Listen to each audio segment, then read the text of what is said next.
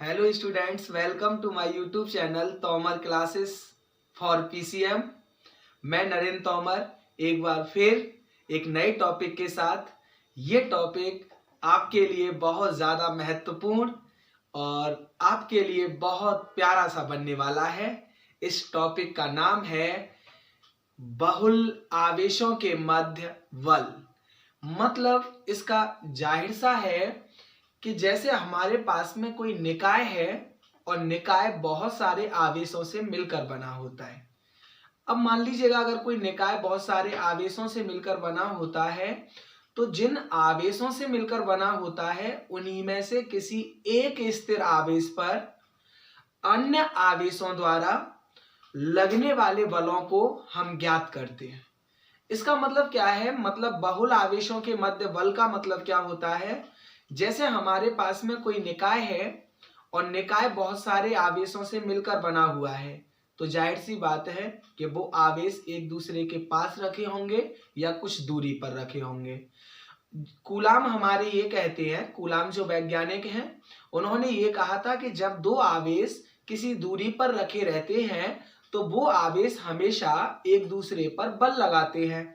तो आप ये कह सकते हैं कि बहुल आवेशों के मध्य बल का मतलब यह होता है कि जैसे हमारा कोई निकाय है और उस निकाय वो जो निकाय है वो बहुत सारे आवेशों से मिलकर बना है तो उन्हीं में से किसी एक स्थिर आवेश पर अन्य आवेशों द्वारा टोटल बल कितना लगेगा उस चीज को ज्ञात करने के लिए हम इस वाले बहुल आवेशों के मध्य बल मतलब उसी बल को हम कहते हैं कि वो टोटल आवेश एक किसी स्थिर आवेश पर कितना बल लगाएंगे उसी को कहते हैं बहुल आवेशों के मध्य बल। अब एक्चुअल में इस बल को फाइंड आउट करने के लिए कि एक स्थिर आवेश पर अन्य जो आवेश स्थिर है वहां पर वो कितना बल लगाएंगे, मतलब टोटल जो बल लगाएंगे, वो बल ज्ञात करने के लिए एक अध्यारोपण का सिद्धांत उपयोग में लाया जाता है। इस सिद्धांत क्या कहता है? यह सिद्धांत कहता है कि जब कोई एक स्थिर आवेश है और उसी निकाय में और भी आवेश हैं तो जब वो उस स्थिर आवेश पर सभी बल मतलब सभी आवेश अन्य जो स्थिर आवेश हैं वो जब बल लगाते हैं तो कोई एक एक करके, जैसे मान लीजिएगा किसी एक आवेश पर पहले एक बल लगाएगा दूसरा आवेश, फिर उसी आवेश पर कोई दूसरा बल लगाएगा, फिर उसी आवेश पर कोई दूसरा बल लगाएगा। उन सभी बलों को अलग अलग निकाल लीजिएगा और उनको टोटल जब जोड़ोगे तो वही परिणामी बल होगा। मतलब किसी एक स्थिर आवेश पर अलग अलग आवेशों द्वारा बल निकाल लीजिएगा और उस टोटल को आप जोड़ दीजिएगा तो वो हमेशा टोटल बल कहलाता है, मतलब परिणामी बल कहलाता है। यही हमारा अध्यारोपण का सिद्धांत कहता है। और आगे क्या कहता है अध्यारोपण का सिद्धांत? और कहता है कि जब एक आवेश किसी दूसरे स्थिर आवेश पर बल लगाता है तो वहां पर उपस्थित अन्य आवेश उस जब वो बल लगा रहा है तो उस बल पर कोई भी प्रभाव नहीं डालते हैं। मतलब एक आवेश पर पहले एक ही दूसरा आवेश बल लगा सकता है और स्थिर आवेश वहां पर शांति से विराजमान रहते हैं। फिर दूसरा मतलब नंबर बाय नंबर सबका आता है। मतलब जब एक आवेश एक किसी स्थिर आवेश पर बल लगाते हैं तो उस दौरान अन्य जो आवेश है वो अपनी जगह पर बिल्कुल शांत स्वभाव में बैठे रहते हैं। तो पढ़ते हैं इस सिद्धांत को। हेडिंग का बड़ा प्यारा सा नाम है बहुल आवेशों के मध्य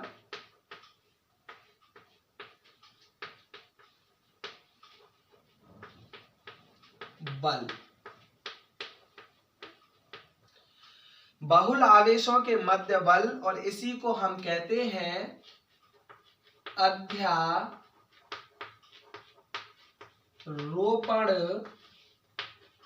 का सिद्धांत।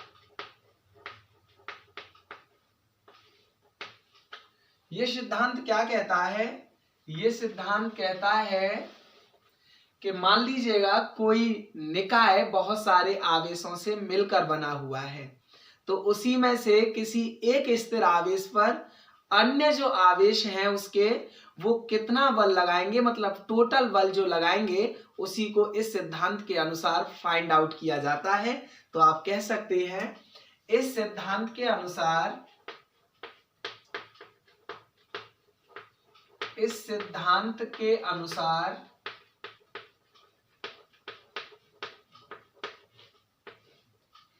जब कोई निकाय जो अनेक आवेशों से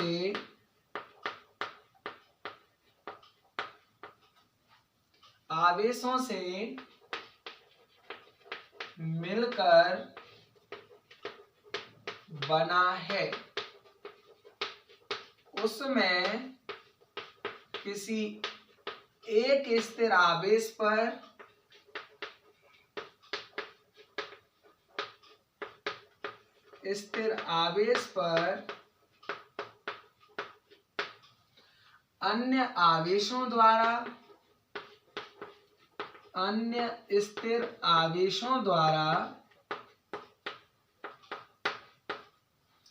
अन्य स्थिर आवेशों द्वारा लगने वाला परिणामी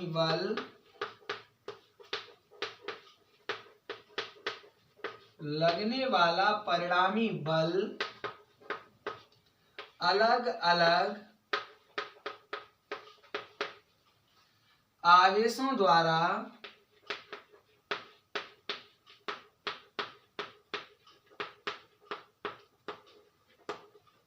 स्थिर आवेश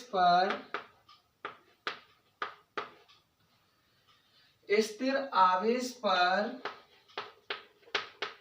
लगने वाले बलों के सदिश योग के बराबर होता है। बड़ा प्यारा सा है। इस सिद्धांत के अनुसार जब कोई निकाय जो अनेक आवेशों से मिलकर बना हुआ है, मतलब वो बहुत सारे आवेशों से मिलकर बना हुआ है, उसी में से किसी एक आवेश पर, मतलब उसमें किसी एक स्थिर आवेश पर अन्य स्थिर आवेशों द्वारा लगने वाला जो परिणामी बल होता है वो अलग अलग आवेशों द्वारा जो लगाए गए बल हैं उन सभी का सदिश योगफल कर दीजिएगा, उसके बराबर होता है। बड़ा आसान सा है ना। आगे क्या कहता है ये सिद्धांत कहता है कि जब किसी एक स्थिर आवेश पर कोई दूसरा स्थिर आवेश अपना बल लगा रहा होता है, उस दौरान अन्य आवेश उन पर लगाए गए बल को प्रभावित नहीं करते हैं। तो आप ये भी लिख सकते हैं, जब कोई एक स्थिर आवेश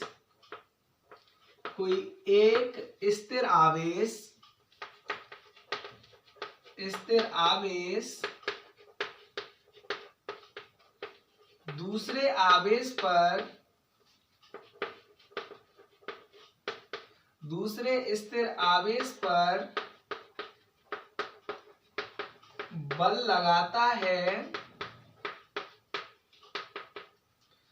तो वहां उपस्थित आवेश उस बल को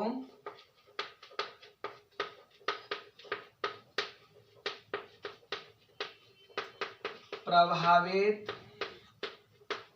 नहीं करते हैं।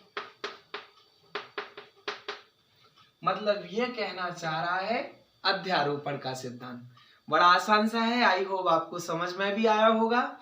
इसी के आधार पर हम एक डेरिवेशन करके चलेंगे, जो डेरिवेशन यही बताएगी जो इस सिद्धांत ने कहा है। मतलब उस डेरिवेशन से ये प्रूफ होना चाहिए जो हमारा जो सिद्धांत है वो जो कह रहा है। वो सिद्धांत क्या कह रहा है, आपको मैं बार बार उसी चीज को रिपीट कर रहा हूं कि अगर मान लीजिएगा कोई हमारे पास में निकाय है जो बहुत सारे आवेशों से मिलकर बना है, तो उन्हीं में से किसी एक स्थिर आवेश पर अन्य आवेश जब बल लगाते हैं तो उनके द्वारा लगाया गया जो टोटल बल है अलग अलग करके उन पर बल लगाएं। जैसे एक ने लगाया उसका अलग बल निकाल लें, फिर दूसरे ने लगाया उसका अलग बल निकाल लें, फिर तीसरे ने लगाया उसका अलग बल निकाल लें और उन सभी को जोड़ दीजिएगा तो वो परिणामी बल के बराबर ही बैठता है। मतलब जो टोटल बल है वो परिणामी बल के बराबर ही बैठता है। यही अध्यारोपण का सिद्धांत कहता है। और क्या कहता है, बड़े प्यार से समझिएगा कि अगर एक आवेश किसी दूसरे आवेश पर अपना बल लगा रहा है,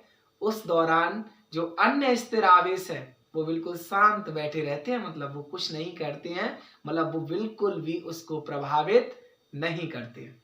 आगे बात करते हैं, तो आगे सुनिए। देखिएगा, मान लीजिएगा हम माना के निकाय Q0, Q1, Q2, Q3 dot dot dot Qn, मतलब डॉट डॉट डॉट किस लिए लगाई गई हैं? Q4, Q5, Q6, मतलब जहां तक आप अंतिम लेना चाह रहे हो उसके जस्ट पहले तक। बात समझ में आ गई? जैसे मान लीजिएगा Qn की वैल्यू 20 है तो ये डॉट डॉट डॉट 19 तक प्रदर्शित करेंगे, 20 वहां पर पीछे लिखा ही होगा। मतलब जितने आवेश होते हैं वो टोटल आवेश। तो Qn माना कि निकाय Q0, Q1, Q2, Q3, Qn से मिलकर बना है। आगे मान सकते हैं, जैसे मान लीजिएगा ये Q0 आवेश है, Q1 यहाँ है, Q2 यहाँ है, Q3 यहाँ है, Q4 यहाँ है और Qn मान लीजिएगा यहाँ है। और भी होंगे बहुत सारे आवेश, जितने आप लेना चाहो उतने ले सकते हैं। तो आपको पूरी तरह से यहाँ पे समझ में आ गया। अब मान लीजिएगा Q0 और Q1 के जो बीच की दूरी है वो R1 है। ऐसे ही Q0 और Q2 के जो बीच की दूरी है वो R2 है।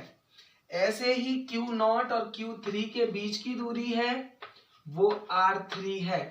ऐसे ही Q4 और Q0 के बीच की दूरी है वो R4 है।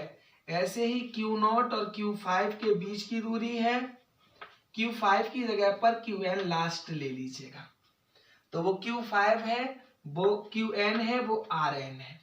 अब एक बात बताइएगा, ये Q3 Q0 पर जो बल लगाएगा वो बल हमारा इधर साइड होगा, ये होगा F3। ये Q1 जो Q0 पर बल लगाएगा उसकी डायरेक्शन इधर साइड होगी, ये होगा F1। Q4 जो Q0 पर बल लगाएगा उसकी डायरेक्शन इधर साइड होगी, ये होगा F4। Qn जो Q0 पर बल लगाएगा उसकी डायरेक्शन इधर साइड होगी और ये होगा Fn। मतलब इसके द्वारा लगाया गया बल Q0 के द्वारा, मतलब Q2 के द्वारा, तो वो F2 हो जाएगा। तो उसको भी लिख दीजिएगा, वो मान लीजिएगा इधर है F2। मतलब Q0 पर Q1 के द्वारा जो बल लगाया गया है वो F1 है, Q0 पर Q2 के द्वारा जो बल लगाया गया है वो F2 है, Q0 पर Q3 के द्वारा जो बल लगाया गया है वो F3 है और Q0 पर Qn के द्वारा जो बल लगाया गया है वो Fn है। और इन सभी के बीच की दूरी, Q0 और Q1 के बीच की दूरी हमने R1 मान ली, Q0 और Q2 के बीच की दूरी हमने R2 मान ली, Q0 और Q3 के बीच की दूरी हमने R3 मान ली, Q4 और Q0 के बीच की दूरी हमने R4 मान ली और Q0 और Qn के बीच की दूरी हमने Rn मान ली। तब हमारा कूलाम का नियम क्या कहता है, आप भी जानते हैं और मैं भी जानता हूं कि जब दो स्थिर आवेश एक दूसरे से कुछ दूरी पर रखे होते हैं तो उनके मध्य लगने वाला आकर्षण या प्रतिकर्षण बल का मान F बराबर 1/4 pi epsilon naught Q1 Q2 upon R square होता है। Q1 और Q2 दोनों आवेश होते हैं और R बीच की दूरी होती है। तो एक एक करके पहले आप स्क्रीनशॉट लीजिएगा। आई होप आपको समझ में आया होगा और फिर इस डेरिवेशन को आगे बढ़ाते हैं।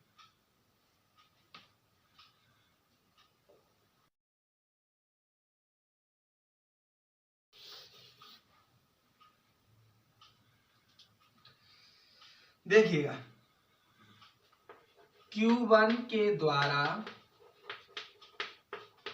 Q0 पर लगाया गया बल F1 बराबर हो जाएगा 1/4 पाई एप्सिलॉन नॉट Q1 और Q0, तो Q1 Q0 अपॉन इन दोनों के बीच की दूरी तो R1, तो R1 का स्क्वायर। आगे F2 निकालेंगे, तो F2 क्या है, Q2 के द्वारा, आप कह सकते हैं Q2 के द्वारा Q0 पर लगाया गया बल, तो F2 हो जाएगा 1/4 pi epsilon not Q2 Q0 upon R2 का स्क्वायर। ठीक इसी प्रकार से F3 निकाल लेंगे, फिर लास्ट में Fn निकाल लेंगे, मतलब Qn के द्वारा Q0 पर लगाया गया बल क्या हो जाएगा, वो हो जाएगा Fn बराबर 1/4 pi epsilon not Qn Q0 upon Rn का स्क्वायर। अब आप अध्यारोपण का सिद्धांत क्या कहता है, अध्यारोपण का सिद्धांत कहता है कि जो टोटल बल लगाया जाता है, मतलब जो परिणामी बल है, वो अलग अलग आवेशों द्वारा लगाए गए बलों के सदिश योग के बराबर होता है, मतलब सभी को जोड़ दीजिएगा। तो आप कहेंगे परिणामी बल F बराबर होगा F1 plus F2 plus dot dot dot Fn, मतलब सभी बलों को हम जोड़ देते हैं। तो F1 की वैल्यू कितनी आई है आपकी, 1/4 pi epsilon not Q0 Q1 upon R1 का स्क्वायर, यही F1 की वैल्यू है, लगा दी। फिर F2 की value 1/4 pi epsilon not Q0 Q2 upon R2 का स्क्वायर, फिर dot dot plus plus plus dot Fn की वैल्यू कितनी है, 1/4 पाई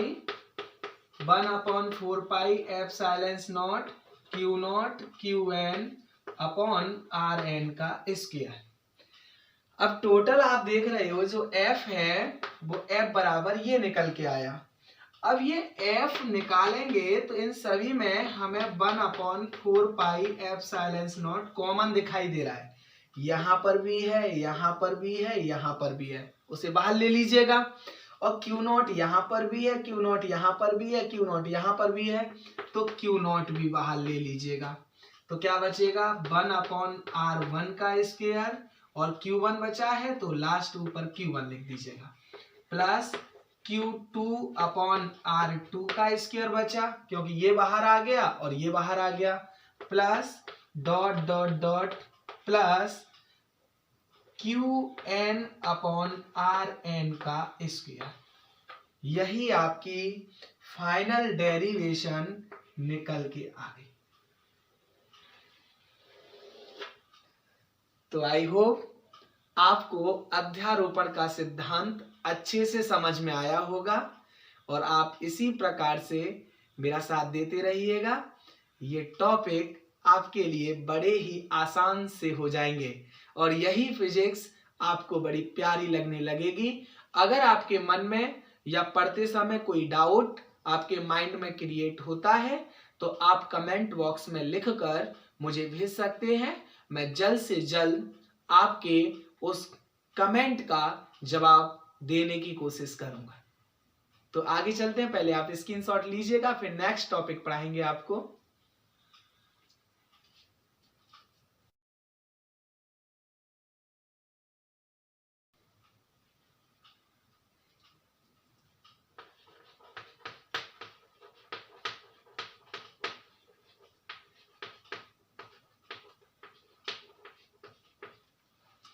नेक्स्ट टॉपिक है वैद्युत क्षेत्र।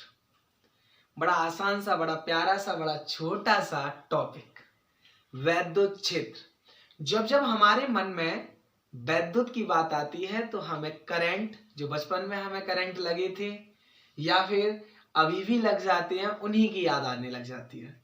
वैद्युत क्षेत्र हमारे मन में शुरू से चलता था, जब तुम भी छोटे थे, हम भी छोटे थे, तब से ही सोचते थे वैद्युत क्षेत्र क्या चीज होती है। तो आज वो दिन आ ही गया है जब हमें मालूम होने की जिज्ञासा पूरी होने वाली है कि वैद्युत क्षेत्र एक्चुअल में होता क्या है। वैद्युत क्षेत्र का मतलब ये होता है, क्षेत्र मतलब आप समझ सकते हैं, जैसे जनरली ये भी हमने बचपन में एक शब्द सुना था, कुत्तों का क्षेत्र। कुत्तों का क्षेत्र का मतलब होता है जहां तक कुत्ता अपना असर डाल सकता है, उसी को कुत्तों का क्षेत्र कहते हैं। नाना का क्षेत्र, जहां तक नाना की चलती है वो नाना का क्षेत्र कहलाता है। हमारे सास ससुर का क्षेत्र, तो इसका मतलब वहां पर सास ससुर की चलती है तो वो सास ससुर का क्षेत्र। मामा का क्षेत्र, जहां पर मामा की चलती है वहां पर मामा का क्षेत्र। ठीक उसी प्रकार से जहां पर किसी वैद्युत की चलती होगी वही वैद्युत क्षेत्र कहलाता होगा। ठीक उसी प्रकार से आप ये समझ सकते हैं वैद्युत क्षेत्र का मतलब क्या होता है, वो समझिएगा। जैसे हमारे पास में कोई आवेश है, क्योंकि वैद्युत का आवेश से बहुत बड़ा रिलेशन है, जब जब आवेश होता है तभी वैद्युत धारा होती है। तो आप ये कह सकते हैं एक्चुअल में आवेश ही वैद्युत धारा को उत्पन्न करने का एक माध्यम होता है, मतलब उसके बिना वैद्युत धारा उत्पन्न हो ही नहीं सकती है।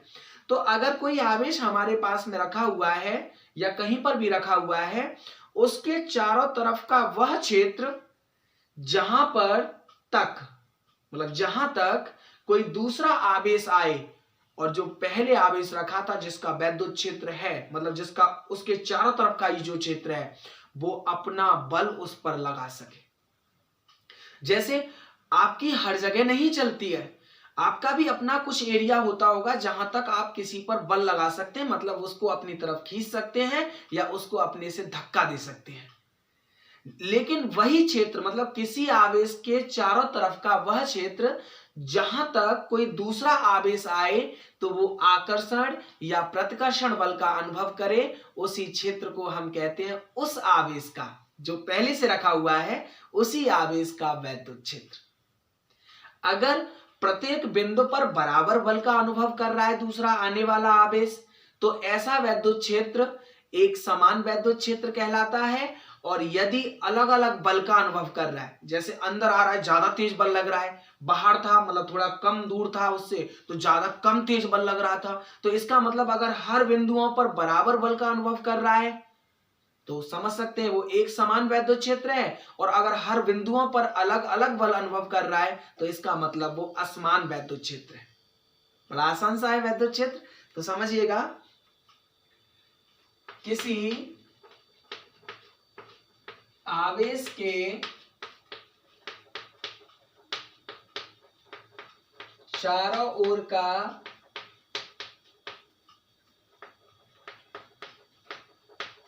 वह क्षेत्र जहां कोई दूसरा आवेश आकर आकर्षण या प्रतिकर्षण बल का अनुभव करता है, उस आवेश का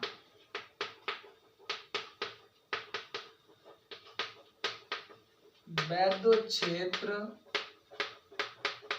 कहलाता है। कौन से आवेश का? इस वाले आवेश का, मतलब जो आवेश पहले से रखा हुआ है उसी आवेश की बात कर रहे हैं, उस आवेश का वैद्युत क्षेत्र कहलाता है। इसे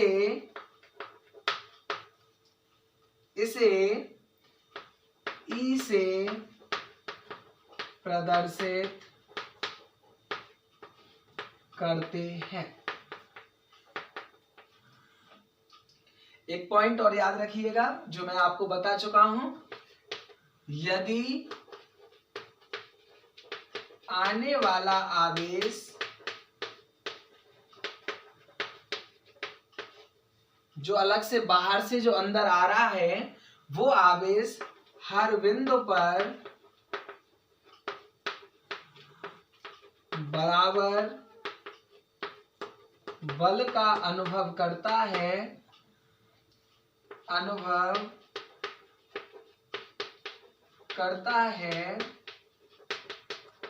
तो उस वैद्युत क्षेत्र को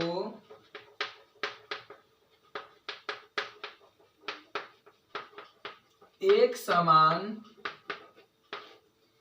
वैद्युत क्षेत्र कहते हैं।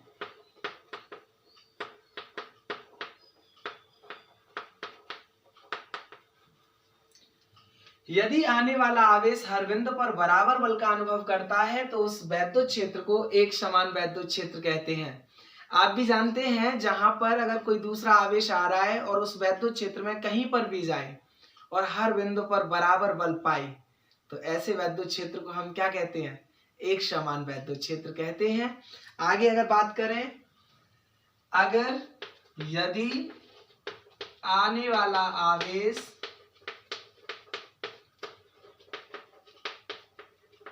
हर बिंदु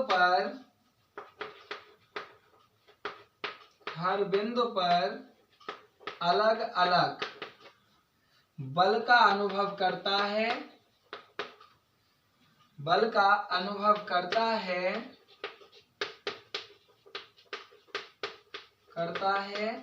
तो उस वैद्युत क्षेत्र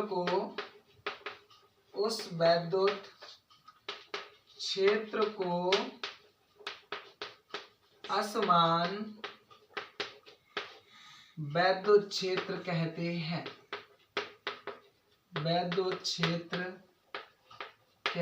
हैं।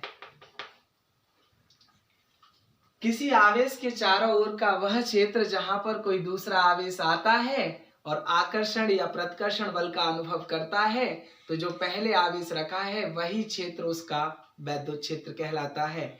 अगर आने वाला आवेश हर बिंदु पर बराबर बल का अनुभव करे, मतलब आकर्षण जितना हो रहा है, मतलब उस बिंदु पर भी अगर पहले बिंदु पर जा रहा है उस पर भी उतना ही आकर्षण है जो दूसरे बिंदु पर है, तो ऐसे वैद्युत क्षेत्र को हम एक समान वैद्युत क्षेत्र कहते हैं। और यदि आने वाला आवेश अलग अलग अनुभव करता है बल का, मतलब अलग अलग बिंदुओं पर अलग अलग बल का अनुभव करता है, तो ऐसा वैद्युत क्षेत्र क्या कहलाता है? असमान वैद्युत क्षेत्र कहलाता है।